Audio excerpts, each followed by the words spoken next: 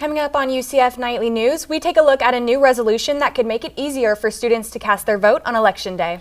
Next, we dive into how a newly approved House bill will be impacting the university. We see how UCF students are reacting. Also, we see how a new initiative is increasing enrollment at UCF. In sports, we head to the FBC Mortgage Stadium, where Nightly News' Amy Diaz tells us about a new connection being made on the football field. Also, how our women's soccer team is adjusting to their move to the Big 12. Nightly News starts now.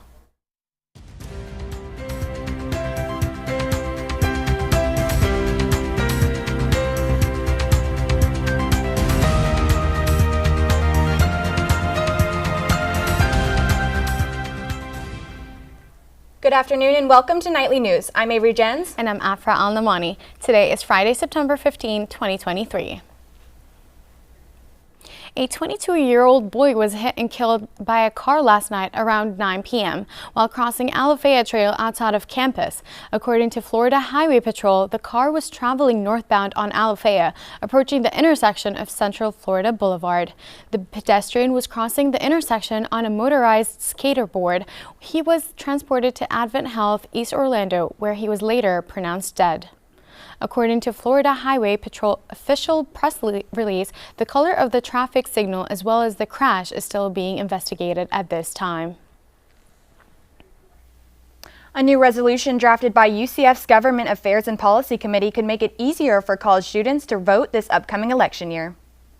UCF Nightly News reporter Leanne Figueroa joins us now in the studio. So Leanne, what has student government been up to? What I found during that meeting was Resolution 5504, a policy that could make it easier for students to do their civic duty. If it passes, it would officially give students the opportunity to have an excused absence on Election Day, making it easier for you to hit the polls despite having class. The original idea was for Election Day to be an official holiday on campus, giving students and faculty an opportunity to dedicate what would be instruction time towards voting.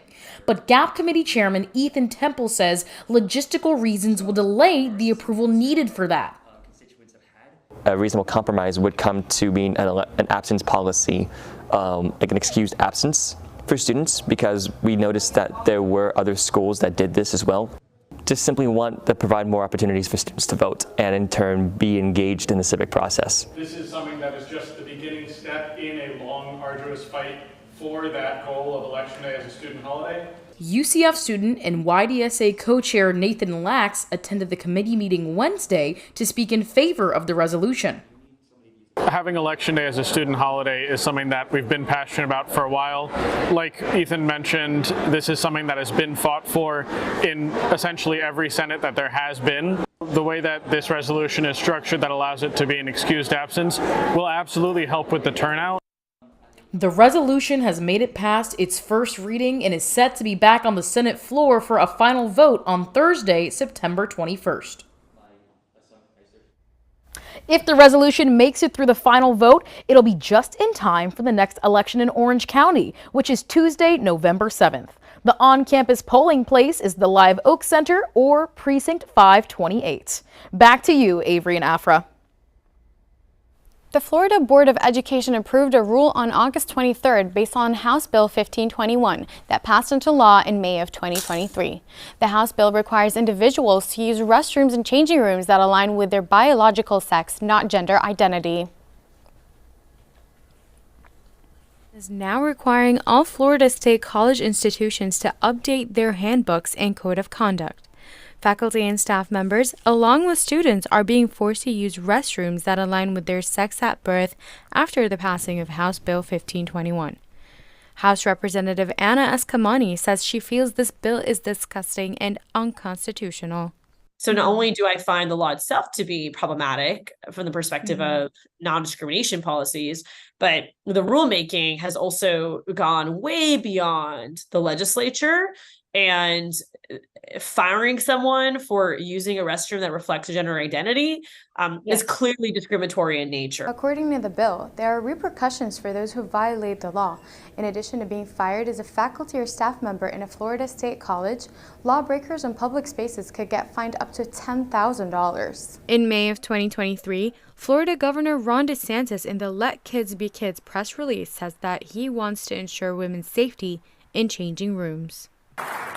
A woman should not be in a locker room having to worry about someone from the opposite sex being in their locker room. Freshman political science major Chiara Angelizara says she believes that these rules are discriminatory and an abuse of power. For someone to lose their job for doing something that aligns with their identity, that makes them feel euphoric and comfortable, is incredibly predatory, and it's a misuse of justice. Naamani says that the universities that want to support LGBTQ+ groups should let the student body hear from them. She says they should not make assumptions about students' needs. UCF acceptance rates are only 34%, which pale in comparison to the national average of 64%. Director of Enrollment Services Mindy Mozena turns her focus to local recruitment efforts. Nightly News reporter Raymond Collado gives us a closer look into the program UCF has set in place. In 2020, Director of Enrollment Services Mindy Mozena noticed a strange phenomenon with local admission rates. She discovered that of those students who graduated from local high schools over the past 5 years, only 2.8% of them enrolled at UCF. Of those 2.8%, only 1.2% of them were admitted as first-year students. To help combat this, Mozena and her team began to run events for high school students, with more than 36 events being held last year. The goal of this initiative is to increase access, success, and representation of students at UCF from downtown Orlando high schools. With $3.44 million in collective funding, Mozena and her team continue to make significant strides. However, UCF admission rates remained half of the 64% national average.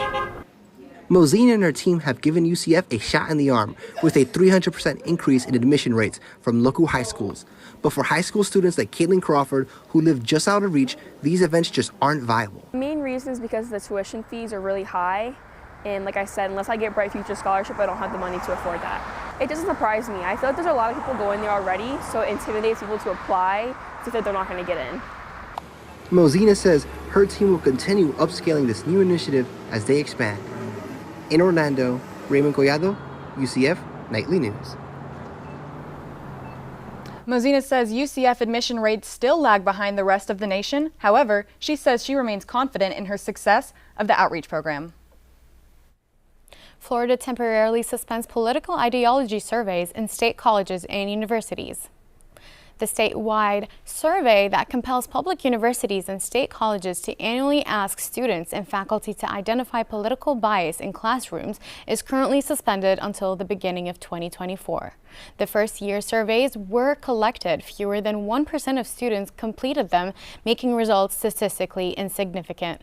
Faculty across the state has sued in federal court to challenge the survey on constitutional grounds, but a judge dismissed the lawsuit for a lack of legal standing.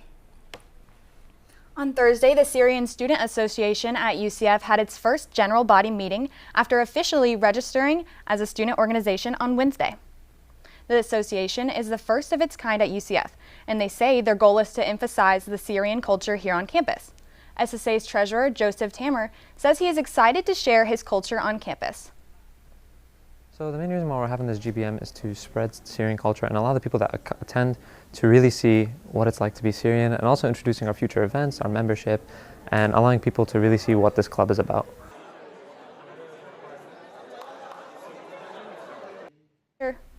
During the meeting, Professor Tyler Fisher and the faculty advisor for SSA welcomed all attendees and announced hiring the first tenured Arabic professor to strengthen the Arab culture at UCF.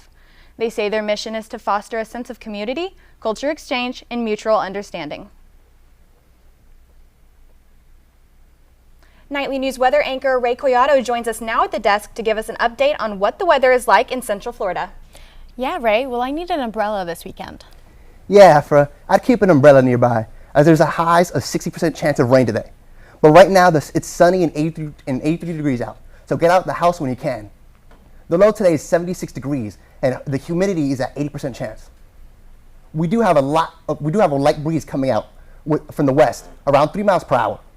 Although rain chances are expected to go up in the upcoming weeks due to Hurricane Lee, as Lee sits on the northeast coast, conditions on the beach will remain dangerous.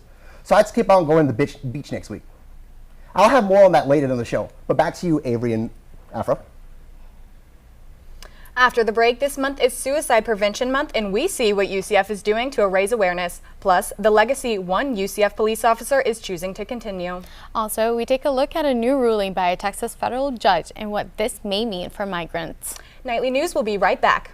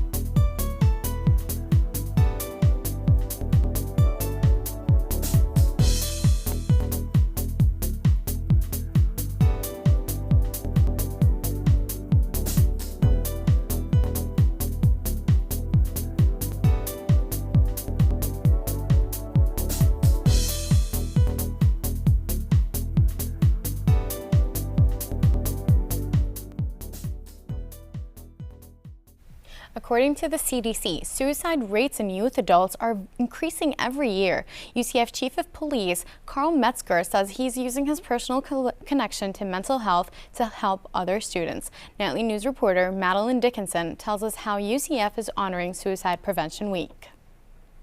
September is National Suicide Prevention Month, and UCF Chief of Police Carl Metzger says he's a big advocate of mental health. Unfortunately, this year, we've lost 3 students to suicide on the tops of garages. And it's hard for us to talk about because we care so much about these students. According to a report from UCF's Counseling and Psychological Services, in 2022, about 6,000 UCF students used CAPS. The organization provides students with counselors, outreach events, and support programs. Vanessa Stein, the assistant director of CAPS, says she has noticed an increase in students needing services post-pandemic. We were very high, raising high with the amount of services in 2018, 2019, and then of course we saw a drop off when everyone was remote, and so now we're sort of back on that upward climb again. Right behind me is the UCF reflection pond and lawn that will be covered in 1,100 yellow flags to represent the number of college students who commit suicide every year. CAPS held their annual Field of Memories event Wednesday, where students could decorate a flag with uplifting messages. Officer Metzger says he resonates with the mission. He says his son's experience has driven him to devote his career at UCF to mental health awareness. I have a personal connection. My youngest son, he suffered from serious mental illness and overdosed about a month ago. According to the National Institute of Health and Medicine, theories suggest the increased popularity of social media, higher depression rates, and growing availability of guns are causing an incline in mental health disorders in young adults. Officer Metzger says events like this will help to carry on his son's legacy. In Orlando, Madeline Dickinson, UCF Nightly News. For more information, students can go to the CAPS website or call the National Crisis Line at 988. Officer Metzger says he hopes all students know they are supported. You never know the difference you can make with one yellow flag. A Texas federal judge is declaring the DACA program illegal. The Obama-era Protected program migrants who were brought to the U.S. as children from deportation. The judge ruled that efforts by the Biden administration to codify the program into federal law was illegal. Meanwhile, the White House said in a statement that it was deeply disappointed by the ruling. The judge specified in his ruling that while the program would continue for now, no new applications would be accepted. When we come back, we learn how to best prepare for what may be a rainy weekend in the Central Florida area. Also, we talked to meteorology major Madison Croker to see what storms are brewing out in the Atlantic. Plus, the FBC Mortgage Stadium is receiving a new upgrade. We will talk about what this will mean for you at tomorrow's football game. Nightly News will be right back after the break.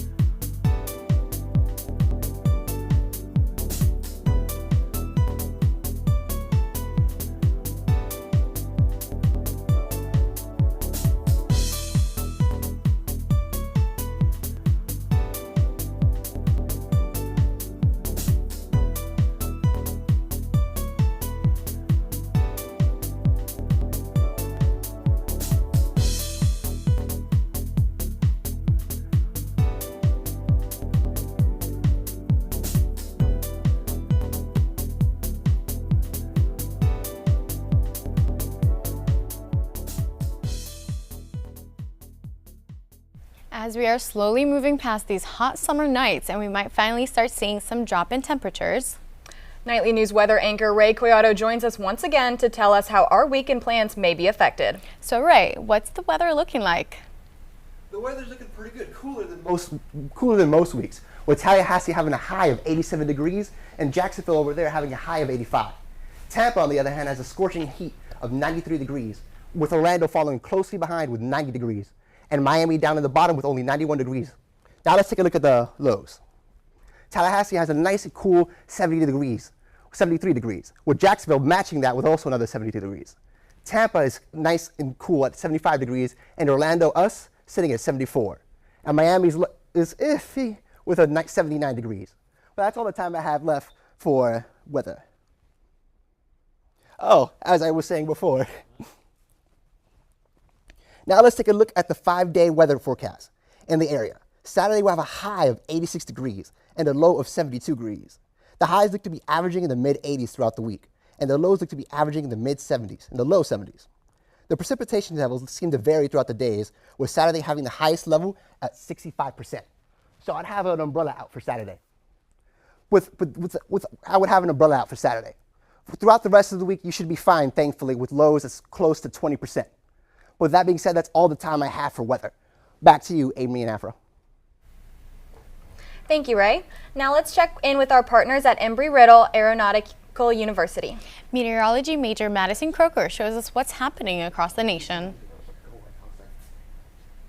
Happy Friday, everyone. I'm student meteorologist Madison Croker here at Embry-Riddle, and today I'm going to give you the big story that's happening this weekend. Lee is going to make landfall, and it's going to bring in some very heavy winds.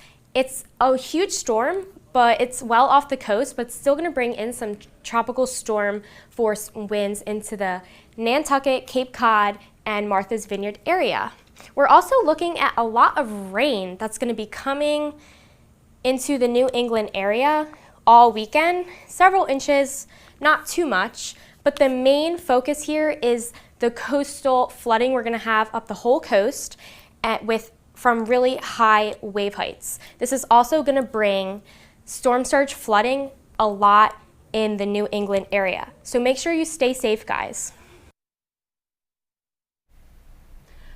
When we come back, we'll take a look at how the UCF women's soccer team fared during their first game in the Big 12 Conference. Plus, we see how a former UCF rival is preparing to help UCF football remain undefeated. We'll be right back.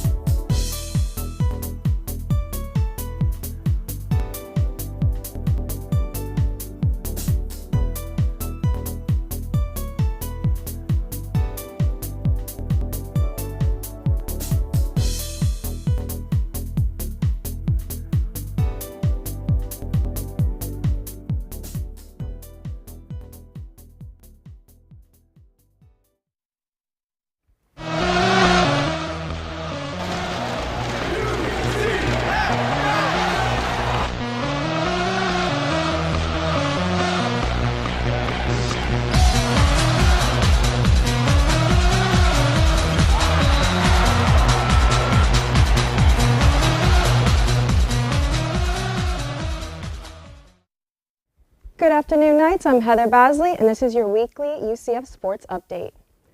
The UCF women's soccer team hosts and wins their first Big 12 game in UCF history. The team capped off their non-conference slate with a 2-0 win over South Florida on Sunday night.